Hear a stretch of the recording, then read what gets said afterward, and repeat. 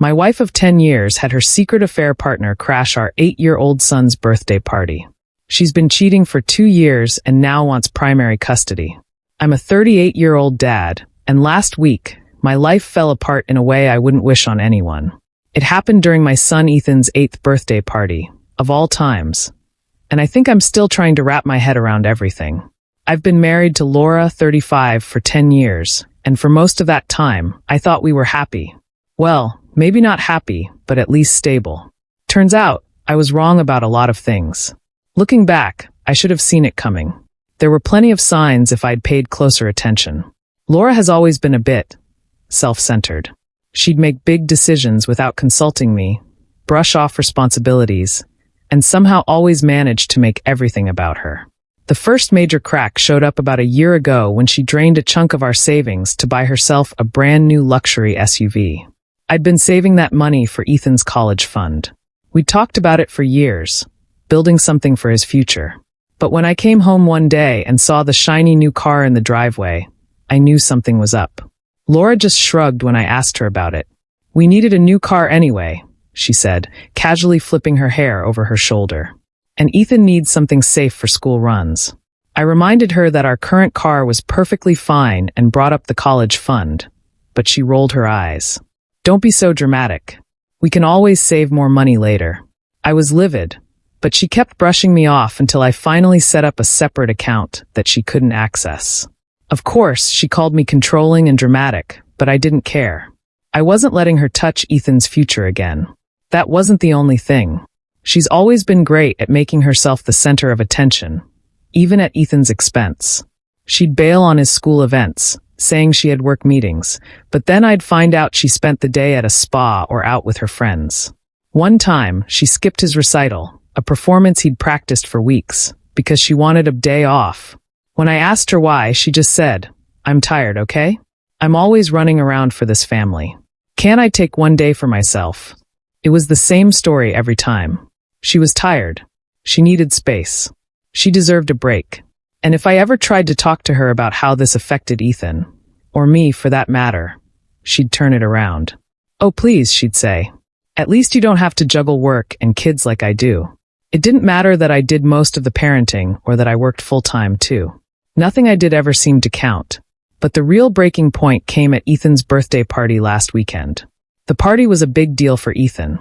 He'd been talking about it for weeks, and I wanted to make it special. I spent the whole morning setting up decorations, grilling burgers, and organizing games for the kids. Laura was there, but she wasn't much help. She spent most of the time on her phone, scrolling through Instagram or texting someone. At one point, I joked, "You planning the next party or what?" She just rolled her eyes and walked away. Typical. Everything was going fine until this guy stumbled into the backyard. I didn't recognize him at first, mid-30s, scruffy, holding a flask like he'd just rolled out of a bar. He was clearly drunk and completely out of place among the balloons and kids running around. "Laura," he slurred, waving his flask. "Babe, we need to talk." Everyone stopped. Parents froze. Kids looked up from their games.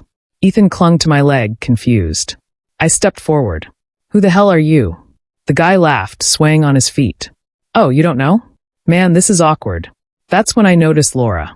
She was pale as a sheet, staring at him like she'd seen a ghost. She didn't say a word. I turned back to the guy. "You've got the wrong house, buddy. Get out of here." But he didn't leave. Instead, he pointed at Laura. "Oh, I've got the right house. She knows who I am. Don't you, Laura?" It clicked. "Laura," I said slowly, "who is this?" She didn't answer. The guy smirked. "I'm Brad. Her boyfriend. Well, ex-boyfriend now, I guess." I stared at her, waiting for her to deny it. To tell me this guy was crazy or lying. But she didn't say a word. That silence told me everything. "You've got to be kidding me," I muttered. Brad wasn't done. "She's been stringing me along for 2 years, man. Told me she was leaving you, that we were going to be a family. Hell, I even bought your kid a birthday gift. But no, she just keeps lying to everyone." I didn't even know what to say. I turned to Laura. "Is this true?" 2 years. She still didn't answer. "Unbelievable," I said, shaking my head. By this point, some of the other dads had stepped in, trying to get Brad to calm down or leave, but he wasn't having it. "Don't touch me," he yelled. I've got every right to be here. She promised me I'd be part of Ethan's life. That was it. I pulled out my phone and called the cops. Yeah, we've got a drunk trespasser at a kid's birthday party, I told the dispatcher. Send someone fast. Brad laughed. Oh, you're calling the cops? Real tough guy, huh? You think this is gonna fix anything? The cops showed up within minutes. They hauled Brad away while he shouted over his shoulder. She's not worth it, man. She's been lying to both of us. The party was over after that. Parents hurried their kids out of the backyard. Neighbors avoided eye contact, and soon it was just me, Laura, and Ethan. Ethan was clutching one of his new toys, tears streaming down his face. Daddy, what's wrong? Why was that man yelling at Mommy? I knelt down and hugged him tight. Everything's okay, buddy. That man made a mistake, but we're going to be fine. I promise. I sent him upstairs to play with his gifts, even though I knew he was still scared and confused. Once he was out of earshot, I turned to Laura. Start talking, I said. She crossed her arms defensively. I didn't want this to come out like this. Brad wasn't supposed to show up here. That's what you're worried about? How it came out. Not the fact that you've been cheating on me for 2 years. It wasn't like that, she snapped. I was going to end it. I didn't know how to without causing a scene. I laughed bitterly. Oh, you didn't want to cause a scene? Guess what, Laura? That ship sailed the second your drunk boyfriend crashed our son's birthday party. She started crying, but I wasn't in the mood for her tears. How long has this been going on? I asked. 2 years, she mumbled. 2 years, I repeated. You've been lying to me for 2 years. And to him, apparently. What the hell is wrong with you? She tried to defend herself, saying Brad had pressured her and that she didn't mean for it to happen. But I wasn't buying it. You didn't mean for it to happen? Are you kidding me? You made a choice, Laura. Every single day for 2 years, you made a choice to betray me and this family. Don't stand here and act like you're the victim. She started to say something else, but I cut her off. I'm done. You need to leave. Now. Her eyes widened. What? You're kicking me out? Damn right I am. Go stay with your sister or a friend or Brad, for all I care. But you're not staying here. She stormed off to pack a bag, muttering about how unfair I was being, but I didn't care. By the time Ethan came back downstairs, she was gone.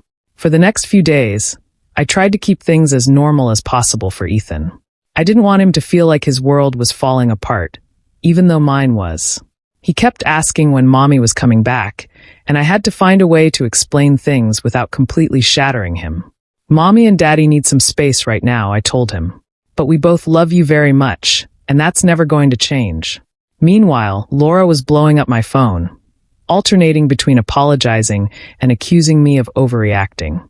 1 minute, she'd say we needed therapy to fix things. The next, she'd blame me for being emotionally unavailable and pushing her away. You're unbelievable, I said during one of her calls. You think this is my fault? You cheated on me for 2 years, Laura. You brought chaos into our lives. Therapy isn't going to fix this. She hung up on me after that. Things only got messier after that. Laura started spinning her version of the story to everyone who'd listen. She called mutual friends, her family, even my family, painting herself as the victim. According to her, Brad had manipulated her, and she only stayed with him because she was scared of causing drama at home. A few of our friends reached out to me, asking why I was being so harsh about the whole thing. She made a mistake, one of them said. Don't you think you're overreacting? I set the record straight. This wasn't a one-time thing, I told them. She lied to me and everyone else for 2 years. And the only reason this is coming out now is because her drunk boyfriend decided to blow it up at our son's birthday party. If you think I'm overreacting, feel free to take her side.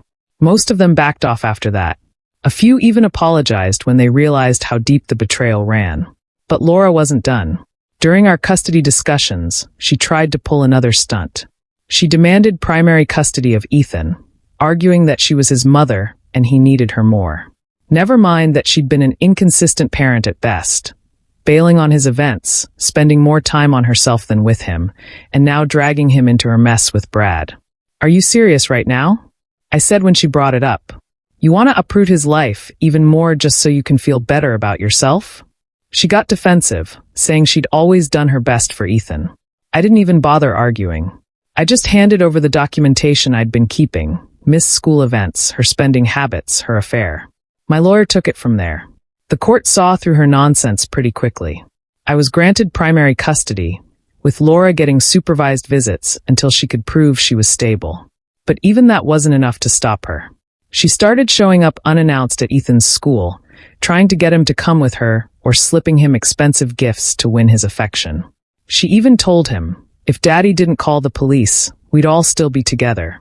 I had to sit Ethan down again and explain, as gently as I could, that none of this was his fault. Mommy and Daddy have grown-up problems, I said. But we both love you, and that's what matters most. I also talked to the school, making sure they knew about the custody arrangement, so she couldn't pull any more stunts. Eventually, people started to see Laura for who she really was. Friends who'd initially defended her stopped reaching out. Even her family seemed to distance themselves after realizing how messy things had gotten. As for me, I'm just trying to move forward. Ethan comes first, and I'm doing everything I can to make sure he feels safe and loved. I've started therapy to process everything, and I've learned to lean on the people who've stuck by me through all this. Looking back, I wish I'd trusted my instincts sooner. There were so many red flags, so many moments where I could have confronted her before it all exploded. But I can't change the past. All I can do now is focus on the future and make sure Ethan grows up knowing he's loved and supported, no matter what. If you've ever found yourself in a similar situation, don't ignore the signs. Speak up. Set boundaries. Protect yourself and the people you care about. It's hard, but it's worth it.